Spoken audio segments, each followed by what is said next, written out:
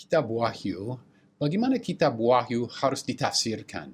Memang ada beberapa pola penafsiran atau beberapa pendekatan yang boleh dipertimbangkan. Memang kitab Wahyu itu rumit dan membahas teologi akhir zaman, dan di dalamnya banyak simbol, banyak kiasan dan sebagainya. Ada kiasan yang dijelaskan, seperti pasal 1 ayat 20, banyak juga kiasan yang tidak dijelaskan. Sehingga banyak tafsiran-tafsirannya bermacam-macam. Jadi sebenarnya ada 4 pola penafsiran yang orang pakai dalam kitab Wahyu. Kita boleh memikirkan 4 pola. Yang pertama, istilah yang mereka pakai adalah preterist. Preterist boleh dibagi 2, preterist yang ketat dan preterist yang longgar. Preterist yang ketat berkata bahwa semua yang dinubuatkan di dalam kitab Wahyu digenapi pada waktu orang Roma menghancurkan bait Allah di Yerusalem dan hampir seluruh kota Yerusalem pada tahun 70 Masehi. Dalam preterist longgar berkata bahwa kebanyakan dari nubuatan kitab Wahyu digenapi pada tahun 70 Masehi, tetapi kedatangan Mesias yang diceritakan di dalam pasal 19 sampai 21 masih belum terjadi menurut preterist yang longgar. Orang preterist suka mengutip dari Matius pasal 24 ayat 33 dan 34, saya bacakan. Demikian juga, jika kamu melihat semuanya ini, ketahuilah bahwa waktunya sudah dekat, sudah diambang pintu. Aku berkata kepadamu, sesungguhnya angkatan ini tidak akan berlalu sebelum semuanya ini terjadi. Menurut mereka, Tuhan Yesus harus bermaksud bahwa sangat dekat kedatangannya, menurut mereka.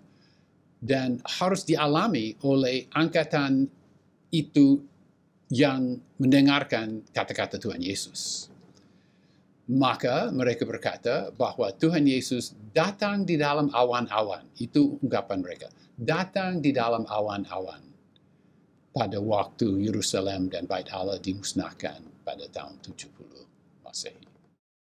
Preterist juga menggarisbawahi kata-kata dekat, kata-kata segera di dalam Wahyu pasal 1 ayat 3, pasal 22 ayat 7, pasal 20 ayat 10 dan 12 dan 20. Mereka juga berkata bahwa kedatangan Tuhan Yesus di awan-awan di Yerusalem pada tahun 70 Masehi adalah dekat. Dan tidak mungkin menurut mereka Tuhan Yesus memakai kata-kata seperti itu mengenai suatu kedatangan yang akan terjadi 2000 tahun mendatang. 2000 tahun atau lebih mendatang. Preterist. Pendekatan yang kedua disebut pendekatan historical. Ini terkait dengan kata sejarah. Menurut pandangan atau pendekatan ini, kitab Wahyu terdiri dari nubuatan yang menjelaskan sejarah Eropa Barat sampai kedatangan kedua dari Tuhan Yesus Kristus. Eropa Barat. Sarjana-sarjana yang memakai pendekatan historical ini tidak konsekuen, tidak konsisten. Dan yang satu berkata ini, yang lain berkata ini. Ya, ini sulit. Juga sulit dipahami mengapa kitab terakhir di Alkitab sebenarnya menceritakan sejarah Eropa Barat. Pendekatan yang ketiga disebut futurist, pendekatan yang menegaskan masa depan. Menurut pandangan ini, pasal 1, 2, dan 3 menceritakan beberapa visi yang Yohanes alami mengenai Kristus dan mengenai 7 pesan kepada 7 jemaat pada masa itu. Kemudian, pasal 4 sampai 22 adalah nubuatan yang hampir semuanya menceritakan masa depan akhir zaman. Pendekatan futurist adalah pendekatan yang saya ikuti.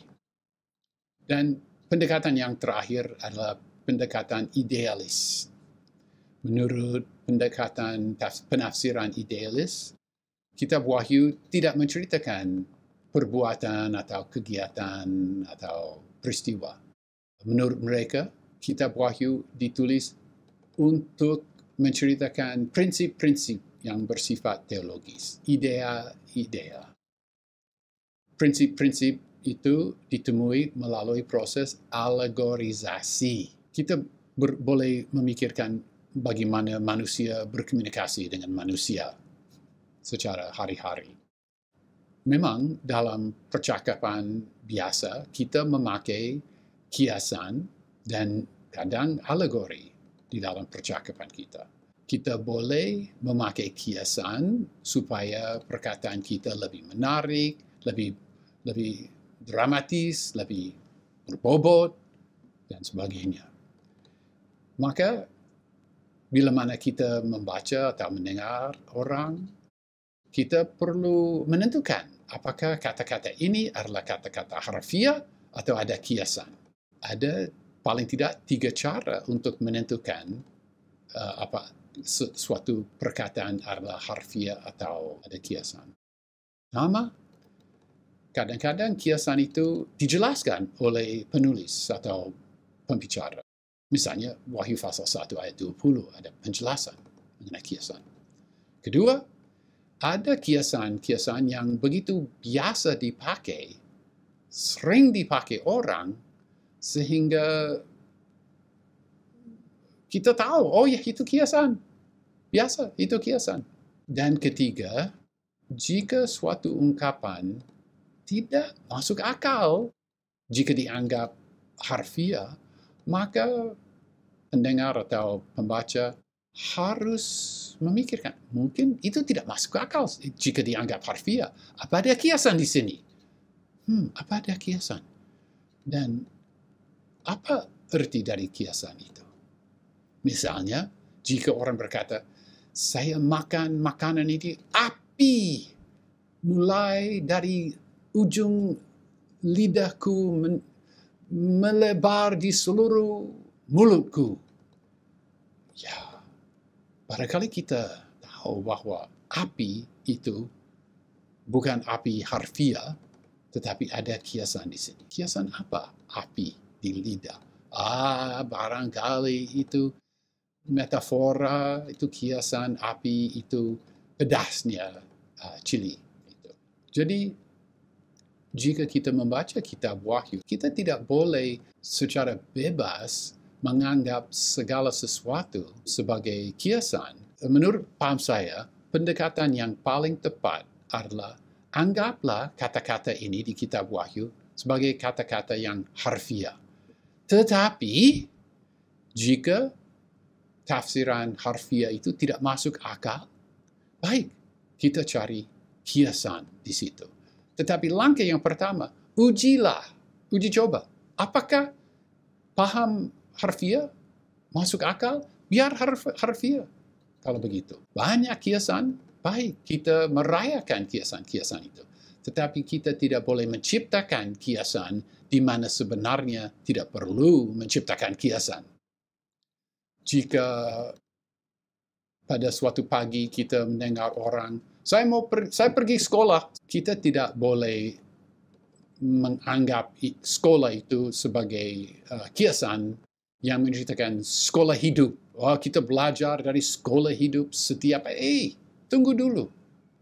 Jika perkataan masuk akal diterima secara harfiah, terimalah secara harfiah. Baik di dalam percakapan sehari-hari maupun di dalam pembacaan kitab Wahyu. Pemandangan futurist adalah pemandangan yang kita ikuti. Pemandangan futurist itu masuk akal. Dan dengan pemandangan futurist, kita dapat memahami kitab Wahyu secara konsisten. Pasal 4 sampai pasal 20 pada umumnya adalah nubuatan yang harus digenapi pada akhir zaman. Memang kitab Wahyu dapat membingungkan kita, dan banyak di kitab Wahyu tidak dapat dipahami. Tetapi pendekatan futuris menguraikan, jika kita memakai pemandangan futuris, kitab Wahyu dapat masuk akal. Penafsir-penafsir yang sangat awal juga rupanya ikuti pendekatan futuris. Justin Martyr lahir tahun 100, mati tahun 165 Masehi. Irenaeus meninggal dunia pada tahun 202 Masehi. Hippolytus lahir tahun 170, meninggal dunia pada tahun 235. Mereka, bapa-bapa gereja itu, berkata bahwa kitab Wahyu menceritakan suatu kerajaan yang harfiah, literal, yang akan berlangsung selama 1000 tahun. Dan sesudah itu akan ada kebangkitan umum, hukuman, dan surga baru dan bumi baru. Dengan kata-kata seperti itu, kita boleh menduga bahwa mereka ikut pemandangan pendekatan futuristik. Sekali lagi, kita di sini ikut pemandangan futuristik. Tetapi Origen lahir tahun 185, meninggal dunia 254 Masehi. Origen di Alexandria dan beberapa bapa gereja yang lain mengembangkan suatu pola pendekatan yang disebut spiritual, rohani, alegoris. Pendekatan itu menolak atau tidak menekankan pemahaman harfiah. Mereka merohanikan firman dan mereka mencari kiasan. Augustinus mengembangkan metode ini lebih lanjut. Dan selama 1000 tahun, sejarah gereja dikuasai oleh pendekatan alegoris. Dan pendekatan alegoris sangat dekat pada pendekatan idealis. Ada pengecualian, Joachim, seorang Katolik dari Florence, Italy, pada abad ke-12, menolak pendekatan alegoris. Tetapi ada juga yang kuat di dalam pendekatan alegoris. Kesimpulan, walaupun kitab Wahyu, di dalam kitab Wahyu banyak simbol dan kiasan, itu tidak berarti bahwa setiap ayat harus ditafsirkan secara rohani atau alegoris atau dengan kiasan. Pendekatan literal, penafsiran literal, mengakui dan menghargai dan menerima dan merayakan pemakaian kiasan.